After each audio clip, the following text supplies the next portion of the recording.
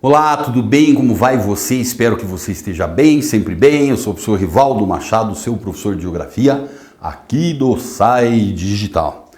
Hoje nós vamos conversar um pouquinho a respeito de movimentos populacionais e, para ser mais específico, nós vamos ver como é que esses movimentos populacionais aí, eles tratam de se comportar no nosso país. Então, movimentos populacionais no Brasil é o tema da nossa conversa no sala.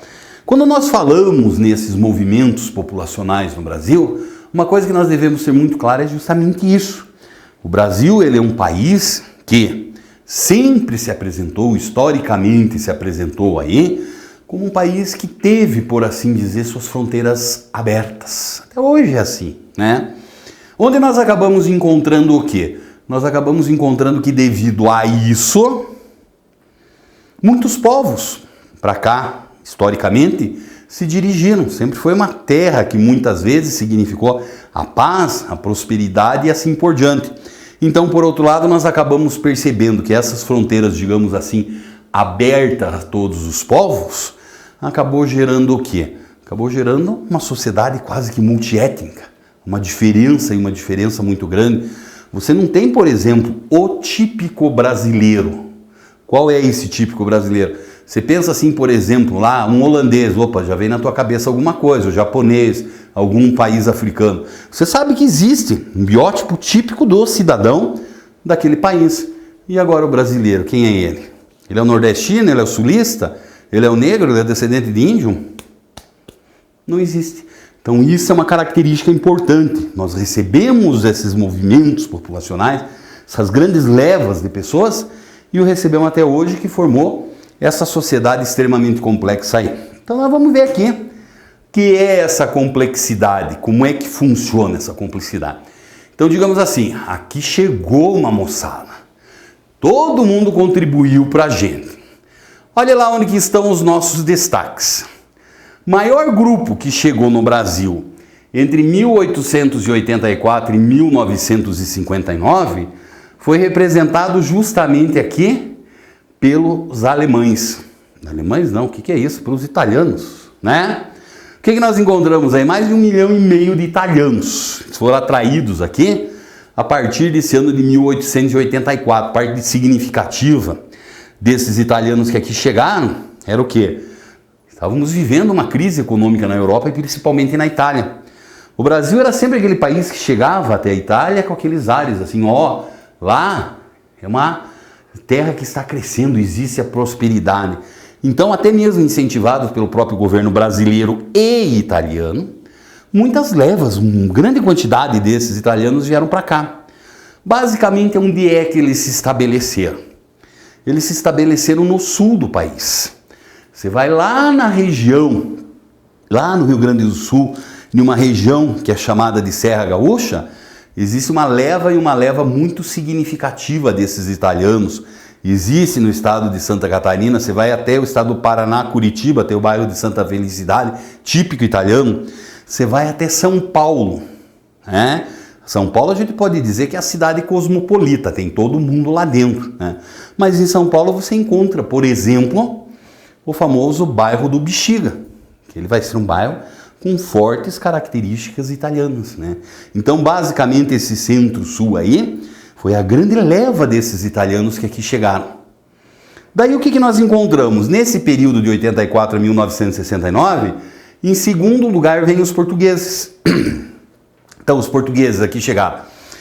Sem sombra de dúvida, foram nossos colonizadores e ao longo de toda a história, não só nesse período, foi aquele grupo que mais chegou. Onde que a gente encontra também, devido a esse fato de serem os grandes colonizadores, nas regiões mais diversas do país. Então nós sabemos que nós encontramos do sul, centro-oeste, sudeste, norte e nordeste brasileiro, esses portugueses, que eles foram aí, sem sombra de dúvidas, esses grandes colonizadores. Espanhóis, terceiro grupo, né? Os espanhóis, eles têm uma forte chegada no Brasil, por assim dizer, principalmente na região sul, mas não exclusivamente. Então nós sabemos que durante muito tempo, principalmente Brasil, colônia de Portugal e o restante da América do Sul, uma colônia portuguesa, quase que na sua totalidade, portuguesa não, espanhola, Brasil português, quase o restante é espanhola. O que é que nós acabamos encontrando ali? Essa região sul, que num primeiro momento, o português não deu muita atenção para ela, né? Não tinha muito o que produzir ali, devido a esse tipo de clima, tendendo ao temperado, que é o mesmo europeu. Então ali houveram disputas entre portugueses e espanhóis, e esses espanhóis, eles adentraram em território brasileiro em um volume muito significativo, né? Daí nós acabamos encontrando que outras regiões do Brasil, também esses espanhóis chegaram legais aí. Sírios e libaneses, também são povos que aqui chegaram. Não dá para dizer, ó, tem sírio aqui, tem sírio ali e acolá. Geralmente são povos que têm uma tradição muito forte relacionada com o comércio. Então você vai pegar a maior parte das grandes cidades brasileiras, o que nós percebemos com essa moçada aí? Você vai lá em Porto Alegre, você vai lá em Florianópolis, em São Paulo, em Manaus, geralmente nós acabamos encontrando o quê? Ruas típicas de comércio, aonde num passado, hoje mais nem tanto, não é? Essas ruas, elas tratavam de ser o quê? Ruas de comércio muito relacionadas com o comércio desses sírio-libaneses, que muitas regiões do Brasil, erradamente a gente fala que é a loja do turco, o comércio, a lojinha do turco, né? Então eles estão presentes aí nas mais diferentes variadas regiões do Brasil. Japoneses, uma forte concentração no sul do país. São Paulo, mais uma vez, nós temos o bairro da Liberdade, que é típico do Japão, dos japoneses, melhor dizendo, né? Você vai encontrar lá Belém do Pará, colônia deles também, e os alemães, que também nós tivemos uma participação muito forte, principalmente no sul do Brasil, na região de Santa Catarina, que é conhecida aí, todo o Vale do Rio Itajaí. Ali, uma grande colônia, Blumenau, Pomerode e assim por diante, participação desses alemães aí. Então você perceba, né? Essa população, basicamente aqui nós vimos elas de origem europeia e também de origem asiática, elas trataram de fazer o quê? Elas trataram de chegar aí e foram ocupando as diferentes regiões do Brasil. É uma grande pena, e eu também desconheço, não ter um estudo, né, para os diferentes povos africanos que ocuparam aqui. Nós sabemos que nós tivemos em diferentes momentos levas de escravos que chegaram até o Nordeste, por exemplo, para a produção de cana-de-açúcar. Mais tarde, novas levas que chegaram ao Sudeste aí e trataram de ser muito utilizados, por exemplo, na produção do café. Então, existe também esse elemento aí, que ele é um elemento muito forte, que participa da formação desse Brasil e que é um movimento migratório muito significativo. Aqui, ó, essa moçada chegou. Mas não quer dizer que eles chegaram e ocuparam, ficaram apenas e exclusivamente em uma região. Uma vez que eles chegaram aqui no Brasil, eles trataram de se dispersar em diferentes regiões. Então nós sabemos muito bem o que acontece aí. Nós sabemos muito bem que num primeiro momento, a primeira região que foi ocupada por essa moçada não foi nada mais, nada menos que a região Nordeste. Foi ali que tudo aconteceu. Foi ali que começou todo esse fluxo migratório, né? Ali foram os primeiros ciclos econômicos, vieram primeiro atrás do pau-brasil, opa, deu. Mais tarde descobriram que tinha um solo muito rico embaixo daquela floresta, né? Da zona da mata. Opa, vamos aproveitar e já vamos plantar aqui uma cana-de-açúcar, até que toda essa economia aí, ela entrou basicamente em crise. Portugal foi produzir açúcar mais próximo lá da sua costa, achou melhor assim. Muitos permaneceram aqui, adentraram no território, surgiu a pecuária bovina, surgiu o algodão, foram se transformando em outras realidades. Muitos trataram de entrar a Amazônia adentro, principalmente naquele ciclo que nós conhecemos como a exploração das chamadas drogas do sertão, né? Uma outra leva começa a fazer o quê? A ocupar mais ou menos a região sudeste do Brasil mais tarde. Surgem ali o ouro das Minas Gerais. E esse ouro das Minas Gerais aí, ela vai atrair uma quantidade grande de pessoas.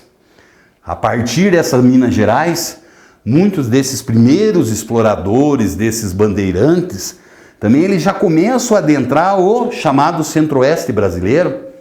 Nós já temos que algumas minas de ouro são descobertas, algumas reservas de ouro ali.